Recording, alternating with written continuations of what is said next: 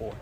Steve, you mentioned Charlo not being able to remain at 154 being a bit of politics. Can you elaborate further on that?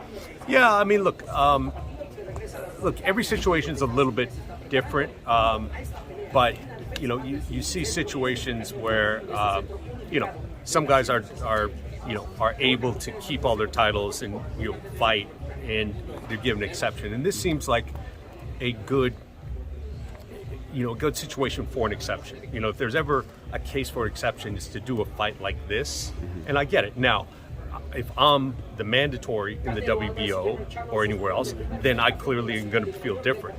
So it's all about perspective. From my perspective, it seems like, why penalize Jermell for trying to do something great, for trying to do something, sort of historic in the sport. If I'm working with the guy, who's the WBO mandatory, I'm probably thinking, no, come off those belts if you're not going to give me the shot.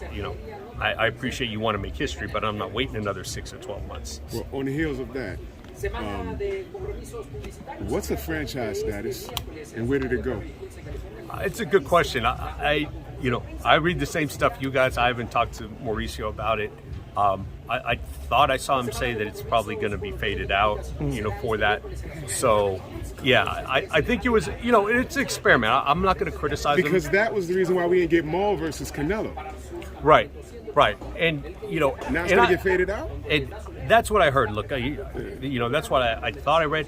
Look, I'm not going to get upset. It's, I think it's good to innovate and try, different things, and and maybe it could have worked. If they're going to get rid of it, it's probably because it didn't really serve the purpose that they thought it would. The fighter in a similar situation, Jaron Ennis, he's been waiting on his IBF mandatory for about a year now, and you got Stanley on this. It's a great example, because if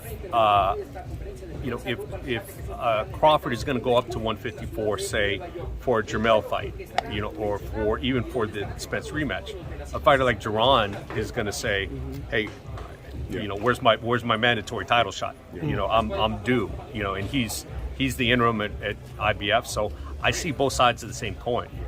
So it's tough, but I think to me, one of the things, if you're jumping up to do something historic in a Canelo fight, I wouldn't penalize somebody for that.